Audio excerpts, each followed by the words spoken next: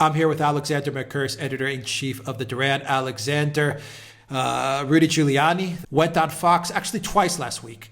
The first time he went on Fox, he said that he was going to be going to the Ukraine, to Kiev, in order to follow up on pretty much the outstanding reporting of John Solomon as to what was going on in Ukraine with Joe Biden and Hunter Biden and Burisma and the DNC election meddling, a lot of stuff, which I'm sure you'll get into, a lot of stuff as to what's been happening in Ukraine with regards to the Steele dossier and the Russiagate hoax and all that stuff. But just the other day, Giuliani was again on Fox, and he said this time he's decided not to go to the Ukraine. He says there's a trap being set for him. He said much of the Steele dossier was created in Ukraine. Anyway, let's take a look at this last video, bits and pieces of it. It was a 16-minute clip. We can't play the whole clip, but I've taken out a couple of pieces of it, and you can comment afterwards, and we can get into it a little. So let's run the video. Okay.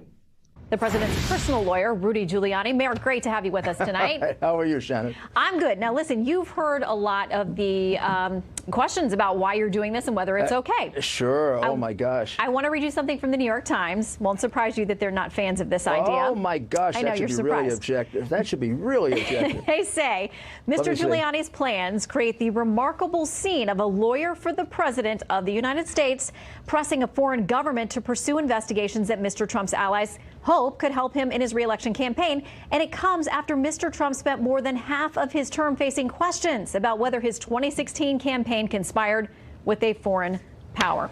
So, wow. Mr. Mayor, let's start with the optics. Well, that really turns it around.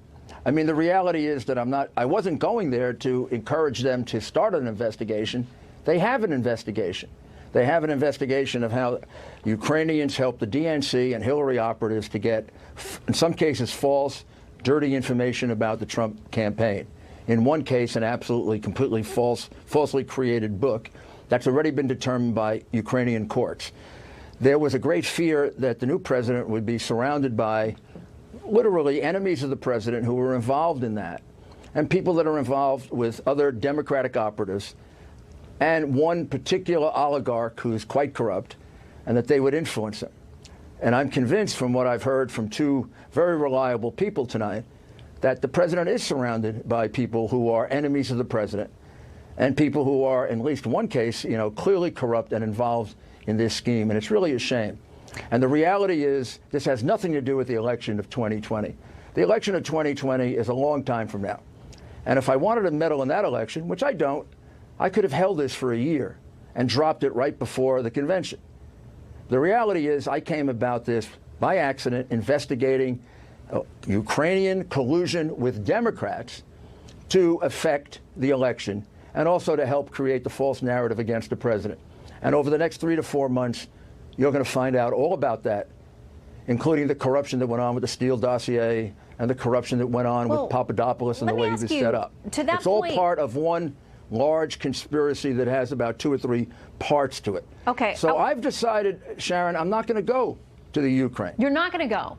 I'm not going to go because I think I'm walking into a group of people that are enemies of the president, in some cases enemies of the United States, and in one case, an already convicted person who has been found to be involved in assisting the Democrats with the 2016 election. Okay, so a gentleman, let me ask I'll give you his name. Your decision a gentleman not by to the go. Name of, Your decision not to go. Let me finish. A gentleman by the name of Lashenko, yes, who supplied a black book that was found to be fraudulent.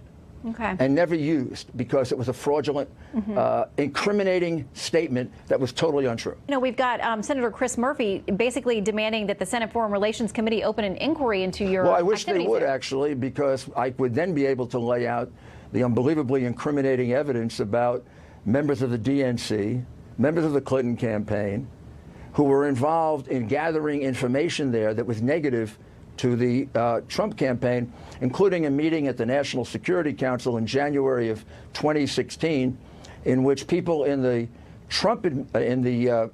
Obama administration asked for negative information about Trump, and they asked Ukrainian officials for that.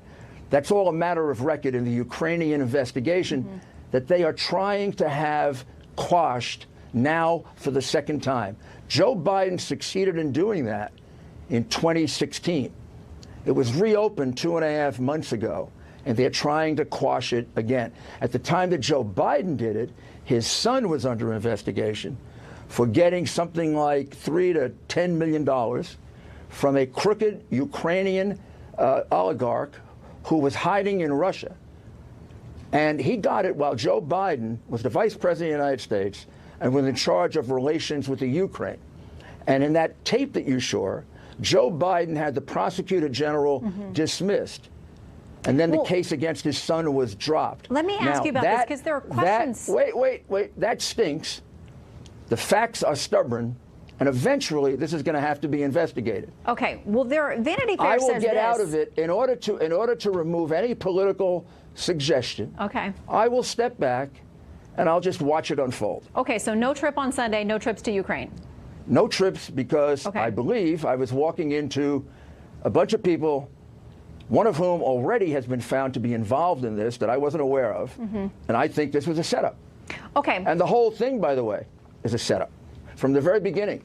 And that's what you're going to find. It goes back to at least January of 2016 when they decided that they should deal with the Ukraine. You're also going to find, I think, that some of the Steele memorandum was written in the Ukraine. After all, Steele didn't go to Russia for 9 years. How could he have written a memorandum about Russia if he hadn't been there for 9 years? And how could Comey have accepted it as true without asking him that? There's no doubt that when Comey signed that affidavit, using the Steele dossier, which he didn't bother to verify, which if you read it, reads like a porn novel, and worse. As an intelligence expert, the first thing you would do, and I did about 50 Pfizer affidavits, first thing you do is verify it. And the first thing you'd find out is Steele wasn't in Russia. Then you would find out that Steele said that money was given out of the Russian consulate in Miami. There is no Russian consulate in Miami. And then you would find out that he said Cohen was in Prague on a specific date. And all you'd have to do is pull Cohen's passport, and you'd find out he wasn't, and he never was in Prague. And I can go on and on and on. Either Comey was sleeping for 5 months, or he deliberately didn't want to verify that, and he gave false evidence to the court in order to invade the rights of an American citizen who turns out to be perfectly innocent. So I don't know what you call that. I don't know if it's a coup or it's making a false statement. Well, but it's one of those things, and if he doesn't get investigated, there is no justice in this country. All right, Alexander, what do you make of some of the comments that Giuliani said? Well, I think this is extremely interesting. First of all, I mean, the question of him being entrapped, that there was a trap being laid for him. One wonders who was laying this trap and how it was being done. And to my mind, that shows that this conspiracy, which I call it a conspiracy now, to try to get Russiagate going, to remove Donald Trump either from office or to discredit him as president of the United States, this conspiracy is still ongoing. It's still continuing. And the fact that there is a conspiracy underway, that seems to me remarkable. And it's remarkable that it's still operating and that it's still operating in Ukraine. And the other thing, which is very interesting, is his comments about the Steele dossier. Now, can I just say something? I don't know the whole story about the genesis of the Steele dossier. But one thing I do know about the Steele dossier is that, of course, it was prepared here in Britain. And it has long been my suspicion that the British intelligence services are getting a lot of the information about Russia that they are getting now is coming from Ukraine. Because back in 2006, the FSB, that is the Russian counterintelligence agency, managed, to my knowledge, to clear up pretty much the entire British intelligence operation in Russia. So that begs the question of what are Christopher Steele's and British intelligence's sources in Russia. If it is indeed, as Giuliani says, it is all coming from Ukraine, then that is very interesting, and that has implications on lots of other stories. A possible example, I stress a possible example, is of course the Skripal affair, where there have also been suspicions that some of the information about the Skripal affair that the British government has been using has also come from Ukraine. Alexander, what exactly does it mean when someone like Giuliani, or when you make a statement and you say a lot of this information comes from Ukraine? We already know that Poroshenko wanted Hillary Clinton elected. He didn't have a liking towards Trump. He wanted Hillary in office. Does this mean that a lot of the information is originating from Poroshenko? Is it originating from the oligarchs around Poroshenko, from Ukraine's equivalent of the U.S. intelligence agencies? The SBU, I believe, is their intelligence agency. What does it mean? Because Giuliani also threw a name out there. He said Sergei Leshchenko. And he said this is the parliament member that was under investigation and may even be currently under investigation in Ukraine. He's the guy that had the little black book that implicated Paul Manafort. Yeah. Of course, that's been discredited now. I mean, is it coming from members of parliament from Ukraine? What does that exactly mean? Ukraine is coming from Ukraine.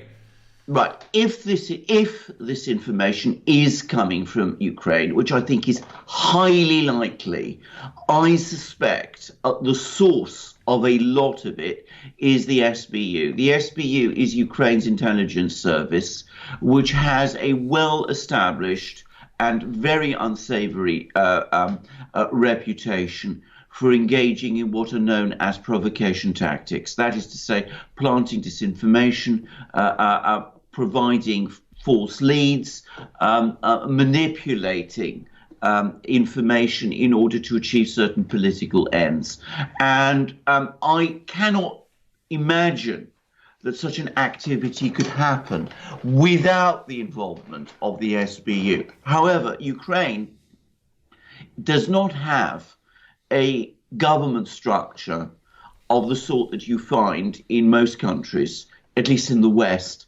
It is a very strange country where the public sphere and the private sphere greatly overlap, so that you have private armies, for example, financed by specific Ukrainian oligarchs operating alongside the Ukrainian military. You have militias operated by the Interior Ministry, that's the Ukrainian agency, the ministry that controls internal security, privately funded militias operating alongside the Interior Ministry, and again the counterintelligence and security services.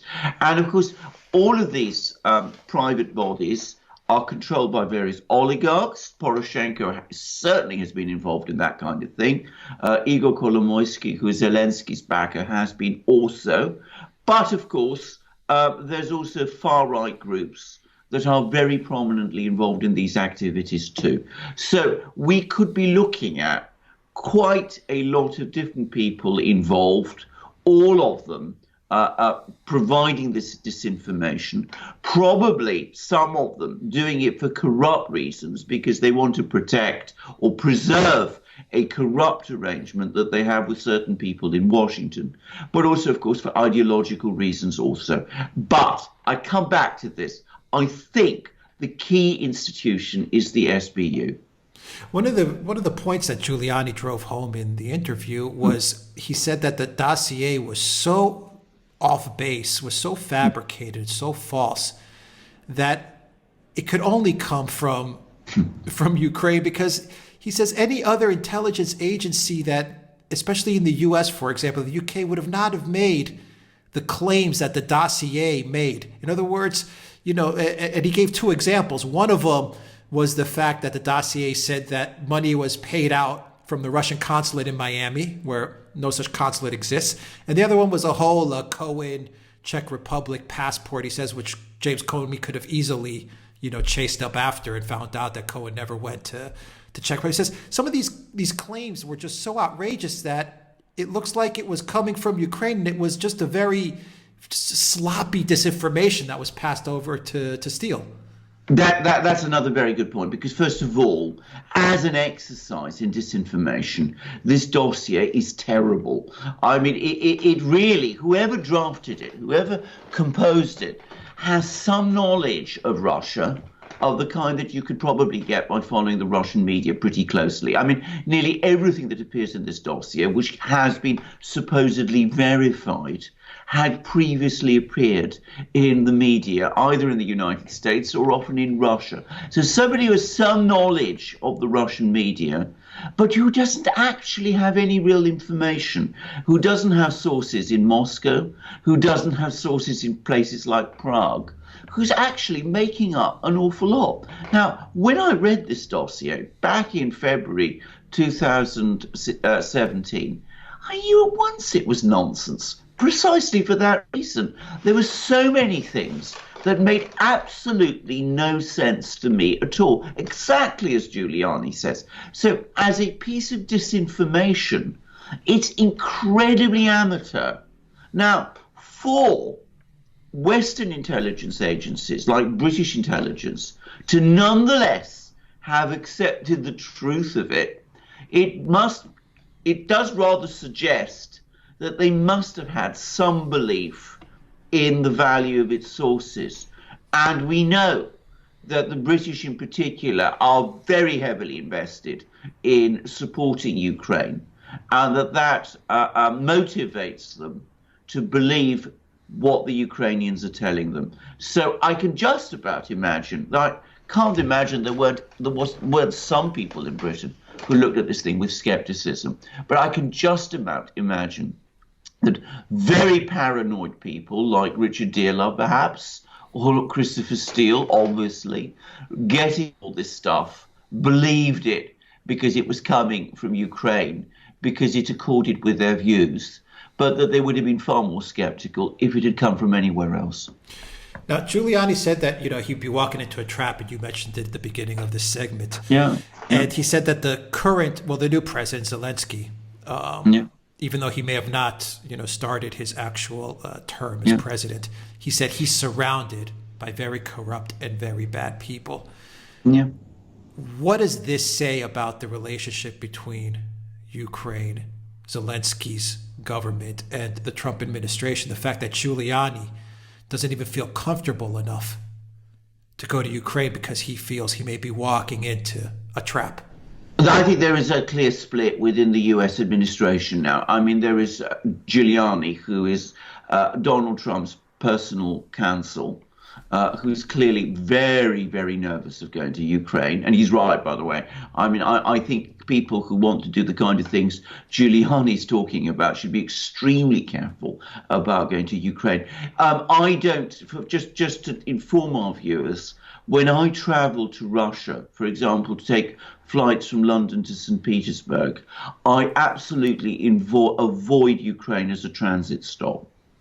I'm not prepared to go that way, and I don't think I think Giuliani's right not to go there either. So I think that there's people like Giuliani. I think there's people probably like Donald Trump himself, who are probably getting more and more suspicious of Ukraine. I think there's also people like, I suspect, the Kushners, the people who are close to Trump, who are getting very suspicious and very, very hostile to Ukraine.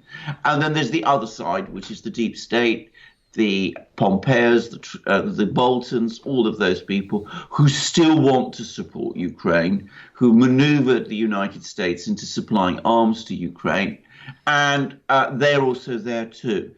But you can see the tension, because one of the things that has been very interesting this year is that last year, the United States seemed to be moving towards rolling out a whole lot of more sanctions against Russia.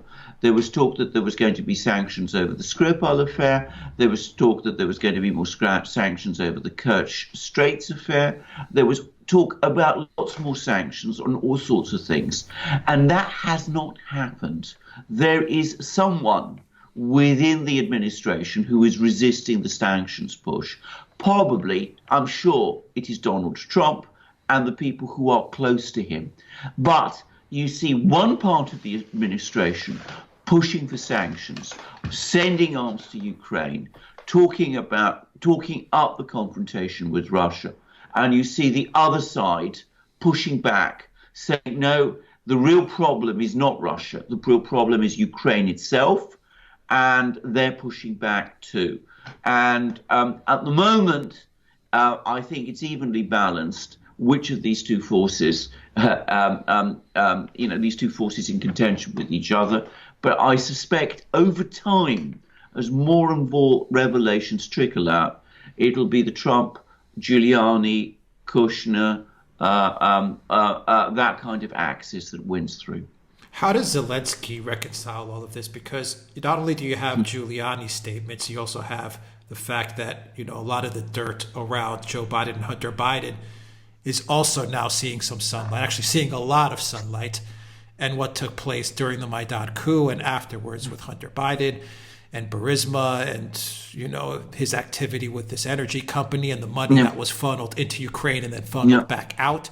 Giuliani actually mentioned numbers. He mentioned, numbers like 3 million and 4 million that was coming back out of Ukraine to Hunter Biden. Yeah. And then you have Zelensky, who is now the new president of Ukraine, and he's taken over from a government that was hostile to Trump.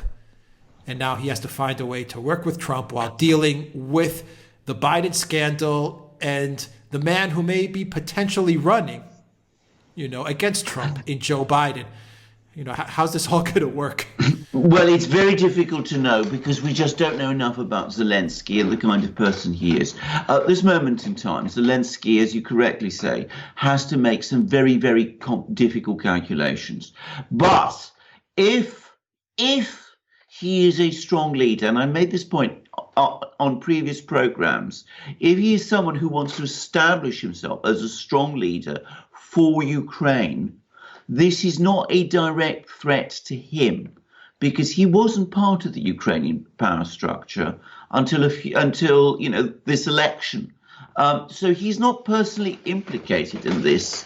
So he could turn this to his advantage and use it as an opportunity. He could team up with Donald Trump, with Giuliani, with all of these people, and carry out that root and branch reform in Ukraine, which might leave him in the end in a much stronger position. Is he the sort of person to do that? I don't know. I doubt it. But then it's difficult to know where Ukraine goes, because at that point, we have a situation where this totally corrupt system persists in Ukraine. Zelensky is exposed as a completely ineffectual president.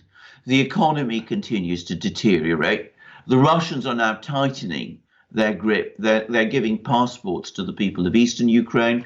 They're stopping energy exports to Ukraine. Ukraine is losing its position as a transit state. That will probably also mean, incidentally, that it will lose access to Russian gas because the fiction that it obtains gas from Europe is a complete fiction. What it is actually doing is it's siphoning off Russian gas that goes to Europe, and that gas gets paid for by the Europeans to the notional end customers.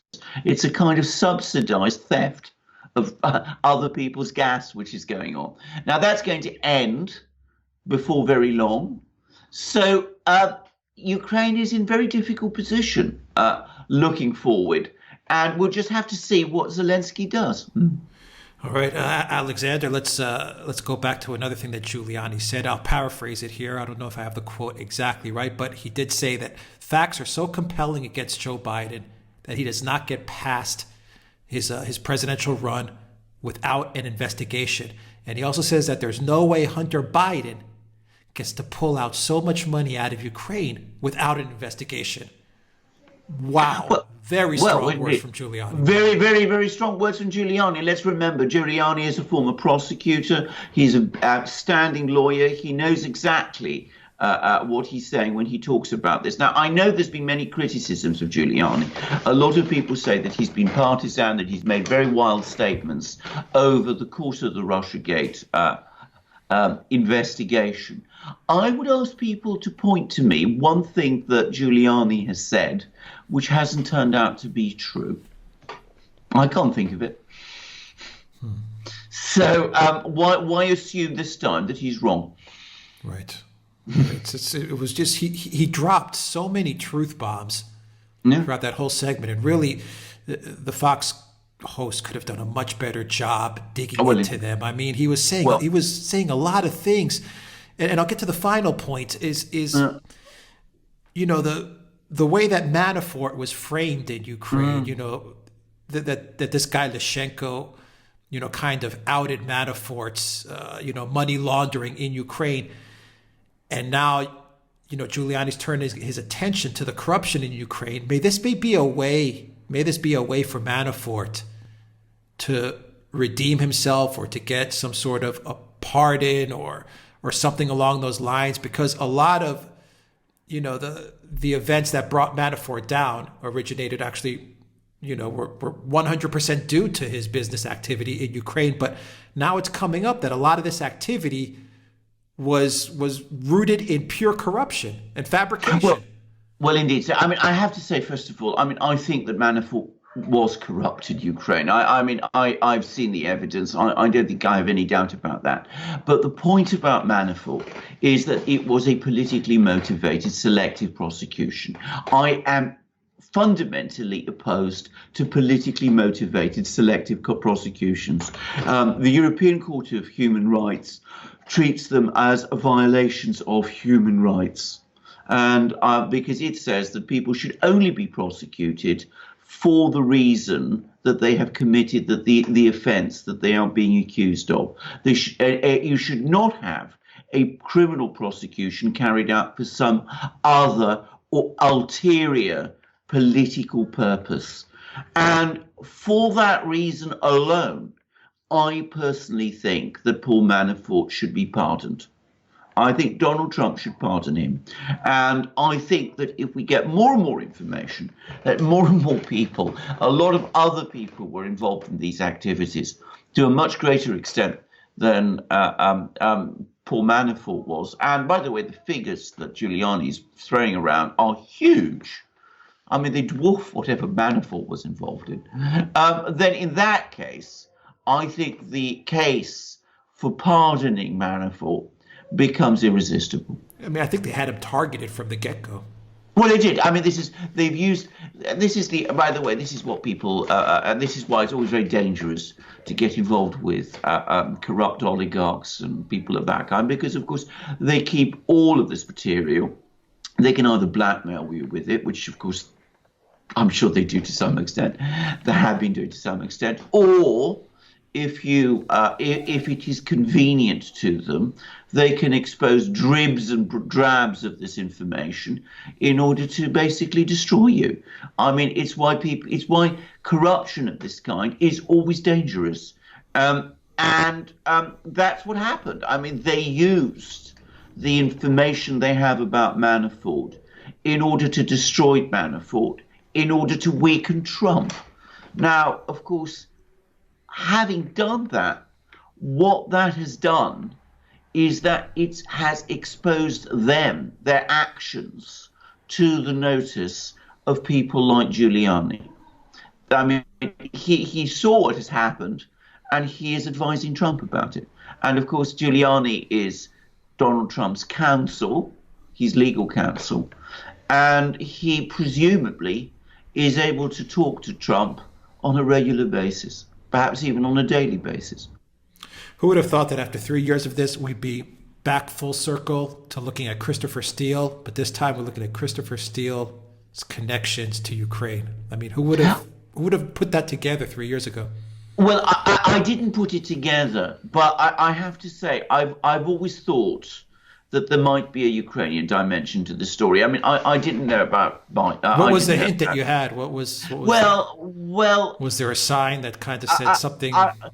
I'm going to say what it was, and it's not really. It wasn't so much a hint; it was a feeling, and that was that when the whole Russiagate thing started, with before the 2016 election, there was so much anger and hysteria about the prospects of Donald Trump winning, that it did make me wonder whether people weren't frightened and hiding something. You know, people when they become very angry and very hysterical, they tend to be frightened, and it's often because they are hiding something. And given that in 2016, the big issue between the United States and Russia, apart from Syria, was Ukraine, and given the kind of culture that Ukraine has, it did make me wonder whether there was something going on with Ukraine that might be behind this story. I'm not going to say that I had any information, because I don't. I mean, I don't have any sources of information. But it did seem to me to feel like there was something that people were trying to conceal, and that perhaps there was something there that involved Ukraine that had something to do with it. All right, incredible story, and I'm sure we're just at the very, very beginning of it. Yeah. Can I finish with one other thing? Of course, there's one group of people who know everything, and that's the Russians. And we must never forget this. I will never forget an interview that You mean they know everything about how? They know everything that happens in Ukraine.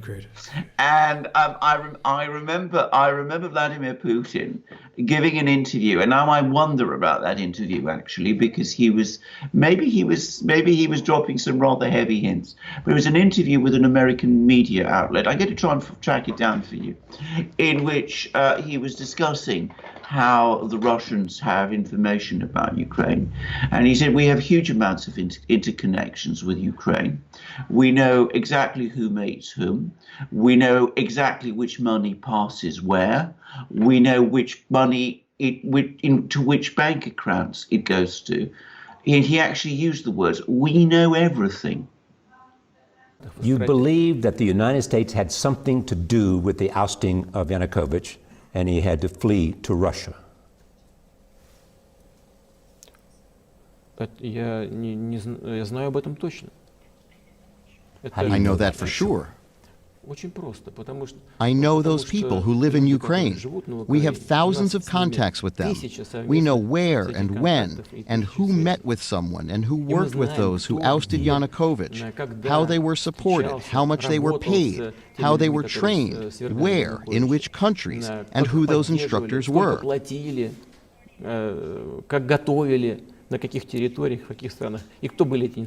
We know everything. And our American partners don't try to conceal that anyway. They said, yes, well, we did. We did train them. And we spent that much money. And it amounts to $5 billion. So there's no secret about it. Yeah, but I mean, you're suggesting that this... Nobody's even arguing against that.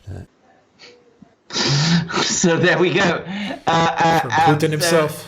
So Putin himself. I'll try and track that interview down, because I remember when I read it, it did make my eyebrows go up a bit, and I did wonder whether he wasn't dropping some pretty serious hints to some people. Just an incredible story. Yeah, an incredible story. All right, we are at the beginning of it, and we will continue to follow it. Alexander Mercouris, editor-in-chief of the Duran, thank you very much. Guys, if you like this video, click on that subscribe button down below. Click on the notifications bell to get notifications every time we push out a new video. Visit the Duran shop, buy a t-shirt, 20% off.